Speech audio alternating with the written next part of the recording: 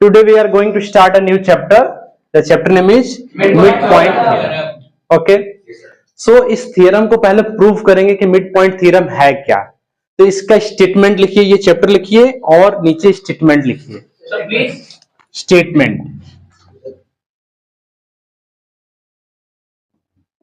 Yes sir, statement. Statement लिखिए आप. The line segments joining the midpoints of any two sides of a triangle Yes sir. is parallel to the third side is half of it and is equal to half of it. कि कोई भी एक triangle हमारे पास, suppose कीजिए this is a triangle A B and C. दो sides का जो मिड पॉइंट है, मीन सपोज कीजिए ए बी का जो मिड पॉइंट है वो डी है और ए सी का जो मिड पॉइंट है वो क्या है, ई है. तो आपको ये प्रूव करना है कि जो ये लाइन इसको ज्वाइनिंग करने से जो बनेगी जो लाइन, ठीक है, डीई पैरेलल टू बीसी. क्या प्रूव करना है, DE is parallel to BC. And इस लाइन को हम क्या करेंगे, थोड़ा आगे एक्सटेंड करेंगे. क्यों करेंगे, क्योंकि हमको प्रूव करना है. ठीक है, हमको प्रूव करना है ये पैरेलल लाइन है. हमने फर्स्ट क्लास में ही आपको बताया था कि जो दो पैरेलल लाइंस होंगी, अगर उनको कोई एक थर्ड लाइन इंटरसेक्ट करेगी तो उनका अल्टरनेट इंटीरियर एंगल क्या होगा, इक्वल होगा.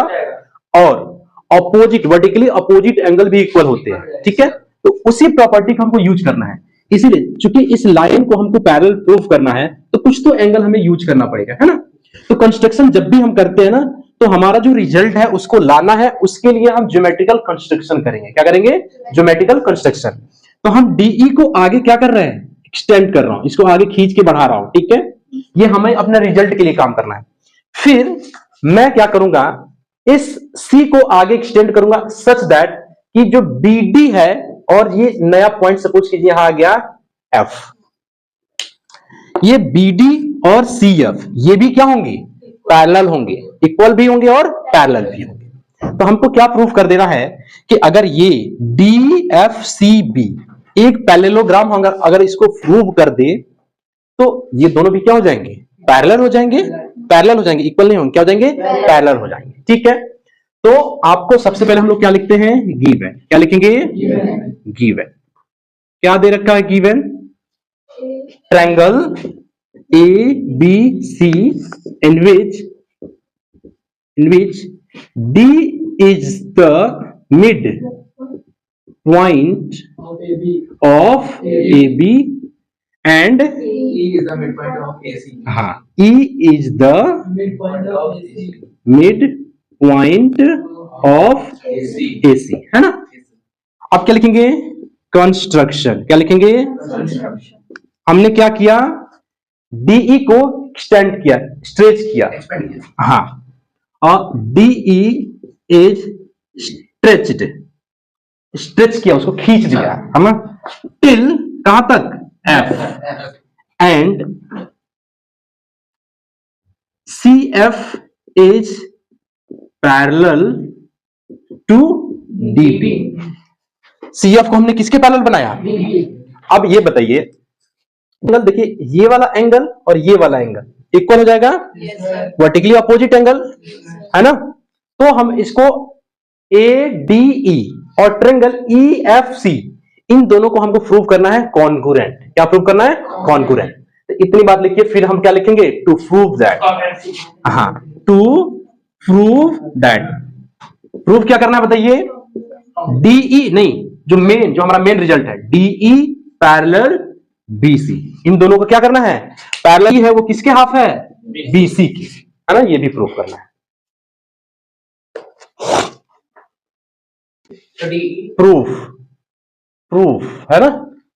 इन triangle A D E and triangle E F C, कौन से ट्रायंगल मिल रहे हैं, ए डी ई ये वाला triangle and E F C ये बाहर वाला, है ना. इसमें क्या क्या इक्वल है बताइए. पहले तो देखिए, ये साइड और ये साइड भी इक्वल होंगे क्योंकि ये मिड पॉइंट है. भाई मिड पॉइंट का मतलब क्या होता है कि ये दोनों साइड क्या होंगे, इक्वल होंगे, इक्वली डिवाइडेड होंगे, बाइसेक्ट होगा. तो क्या लिखेंगे, A E is equal to E C, bracket में क्या लिखेंगे, गिवन, दे रखा है ना क्वेश्चन में. फिर क्या लिखेंगे, angle A E D equal to angle F E C. दिख रहा है ये एंगल आपको दिख रहा है, A E D, A E D means इस वाले एंगल की बात हो रही है, एंड एफ ई सी इस एंगल की बात हो रही है।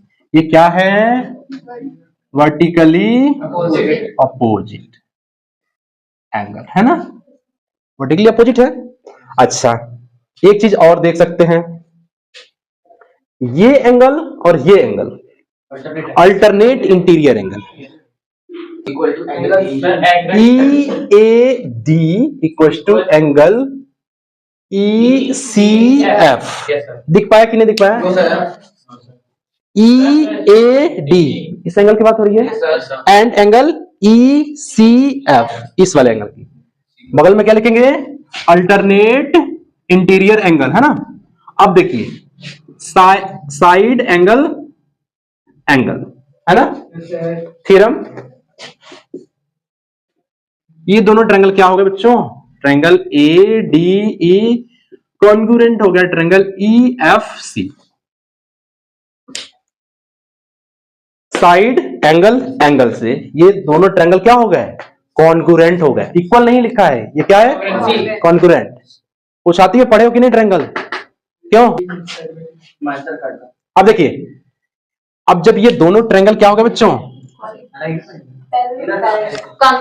हाँ क्या हो गए, कॉन्ग्रुएंट। ठीक है चलिए, ये दोनों ट्रायंगल हो गए कॉन्ग्रुएंट। क्या हो गए, कॉन्ग्रुएंट। कॉन्ग्रुएंट का मतलब होता है अगर इसको उठा के इस पर रखा जाए तो पूरी तरीके से क्या करेगा, ढक लेगा। मतलब ये मेरा हाथ इस हाथ को अगर ढक ले रहा है तो ये दोनों हाथ मेरा क्या है, कॉन्ग्रुएंट। जब कॉन्ग्रुएंट हो गए तो अगर इन दोनों के बीच का एंगल इक्वल होगा, सारी उंगलियां एक दूसरे के इक्वल होंगी। चलो इसमें 5 है लेकिन इसमें 3 साइड्स हैं, तो 3 साइड अपने कॉरेस्पॉन्डिंग साइड के इक्वल हो जाएगा। यहाँ देखिए एडी इक्वल हो जाएगा किसके, ईसी के, इसी के उधर है ना।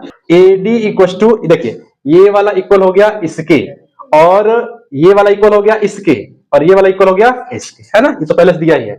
तो AD equal to C F, AD equal to BD, ये तो गिवन ही है। यहां देखो एडी और ये बीडी, यहां देखो मिड पॉइंट है, मिड पॉइंट है ना, तो दोनों इक्वल है। तो ये बताओ ये भी एडी के इक्वल टू है, तो सी एफ इक्वल हो गया किसके, बीडी के। सी एफ इक्वल हो गया बीडी के, क्या हो गया, बीडी हो गया। यहां देखो B D F C is a parallelogram, क्या भाई, सो या hence DE is parallel to BC. First part proof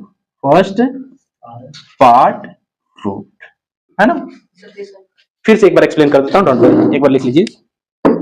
okay, so this is parallelogram, हमारा फर्स्ट पार्ट प्रूफ हो गया। तो दूसरा हम क्या लिख सकते हैं कि DE equal to EF. DE जो है ईएफ के इक्वल टू है, और डीएफ और बीसी इक्वल है, क्योंकि पैरेललोग्राम में आमने सामने के जो साइड्स होते हैं वो क्या हो जाते हैं, इक्वल हो जाते हैं। तो बीसी को लिख सकते हैं डीएफ, और डीएफ को लिख सकते हैं डीई प्लस ईएफ। अब चूंकि हमको डीई चाहिए तो डीयू को रहने देते हैं, ईएफ का हम रिप्लेस करते हैं। ईएफ की जगह पे हम क्या लिख सकते हैं, डीई। तो डीई हो गया डीई, और डीई मिलके 2डीई, 2 से हमने डिवाइड कर दिया तो 1/2 बीसी हो गया। तो सेकेंड पार्ट भी क्या हो गया, प्रूफ हो गया। Got it. अब एक बार फिर से शुरू से एक बार एक्सप्लेन कर देता हूं।